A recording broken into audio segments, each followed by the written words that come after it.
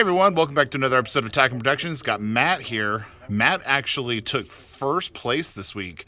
Congrats, buddy. Let's show everybody what you're playing. Anything you want to say about your matchups before we get going? Yeah, I mean, they were three really, really tough games. The first one was against Jake, and Jake was using the blue Vegeta leader that puts an energy into play every time he deals a little damage to you. Yeah. That was insanely tough. And then I played Jimmy in the finals, and he has a fantastic deck that I will not talk about because it'll be coming to stream, and it will be coming to stream in a few weeks. I think right now they're recording that one, or about to be. So, but we will reveal we will see Jimmy's deck in the near future. But I don't want to spoil anything with that. All right, so let's talk about why you're here. But first, make sure to click like and subscribe down below. All the fun stuff. If there's anything you want to see on the channel, let us know. But let's get into it. So, what leader were you playing? I was playing Soul Striker. You know, I have long. When I first got into this game, it was with set 5 blue Gogeta. As viewers of this channel know, I love red Gogeta, and I've long been trying to make the set 5 blue Gogeta package work. Yep. I recently Jimmy found a deck profile of a deck that I believe did very well, and I wish I could give credit. I'm not sure who put it together, but I kind of used that, and then I made significant changes to it. The main thing I adopted from it was use of Rebirth of Justice, which, you know, I think is from set 3, which is before I started, and I had no idea it existed. But otherwise, this is kind of my own spin on it. I think it's a lot of fun. I think it's, to an extent, matchup dependent, but I love Gogeta and I love Fusion, so I'm really happy with it, especially with how it performed tonight. Yep. So, I'm not going to get into detail about what Soul Striker does. I think everybody knows at this point if you're watching this channel. And this is the reboot leader, correct? So, yes. It's not original, it is the reboot. So, just so people know. So, I've got my fusion pieces, which honestly, I'm going to have to, even though this top tonight, I'm going to have to think long and hard about the extent I want to include them, because of the fact that Rebirth of Justice, which I'll get into in a second, is so effective with this deck. Now, with Soul Striker, you can awaken. I'm going to spin these around so they're facing the camera. I'm sorry. That's okay. Go ahead. With Soul Striker, you can awaken with a unison, with a blue unison with a specified cost of 3 in play. So you don't have to, unless you're just completely just whiffing on your draws, you don't have to rely on Self-Awakening, but these are nice because if worse comes to worse and you can't find a unison, they can use Self-Awakening. The Vegeta I like a lot more than the Goku, because the Vegeta can actually win you a game late. You crit a life, gives him double strike, and then, you know, assuming, you know, you've already seen your opponent's secret rare, so you don't have to worry about heroines or something, you can just dump your hand and hope for the best. Yep. The next pieces that I'm going to talk about, and these go directly into the leader, are the Unisons. I run 2 babies and 3 SS3 Gogetas. Baby is absolutely fantastic for his -5 ability. I think most people are pretty familiar with it by now. But in a deck where you're looking to win turn 5 or turn 6, giving that leader double strike, 30k is amazing. SS3 Gogeta is really good as well because of the dual attack. That's actually, well, I don't want to spoil the matchup with Jimmy, but he was important in that game significantly. His -2 can remove some problematic cards, or excuse me, his -1 can remove some problematic cards from the table. But the important thing about these is they can let you awaken with perhaps 6 or maybe even 7 life, depending on if you're going first and how aggressive your opponent is being. The last unison in the deck is the Majin Buu, which is, I primarily play it defensively.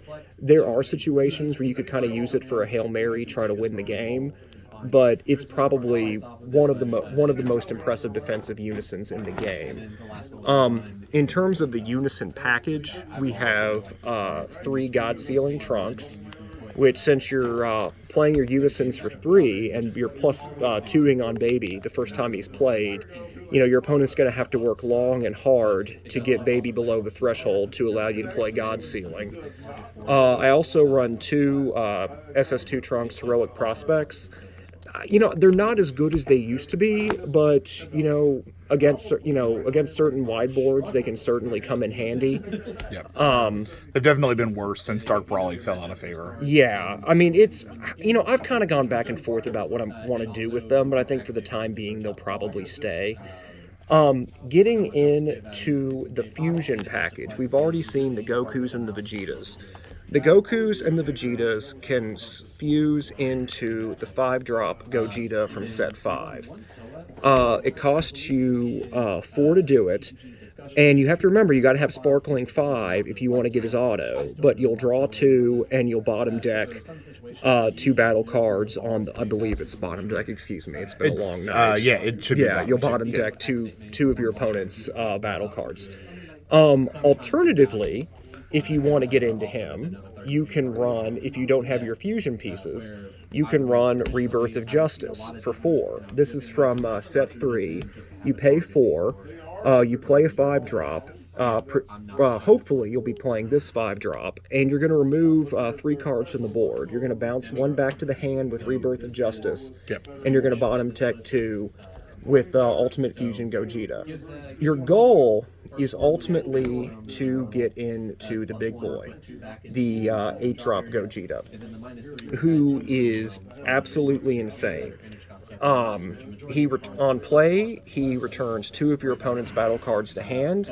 He is a double striker dual attacker.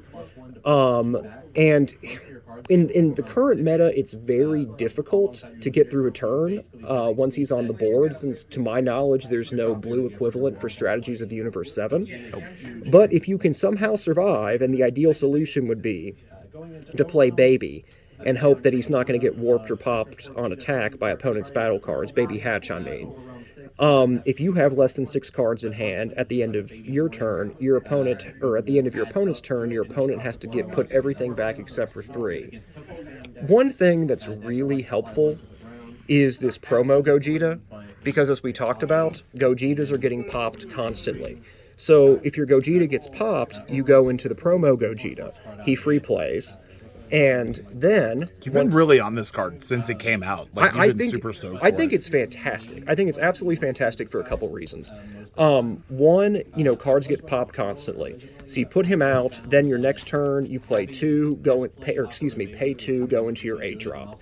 The other benefit with him is that if you are using fusion pieces rather than Rebirth of Justice, you can pay 1, assuming your opponent has more than 3 energy. And you can bottom deck a Goku and Vegeta from your drop for 1 energy and play him that way.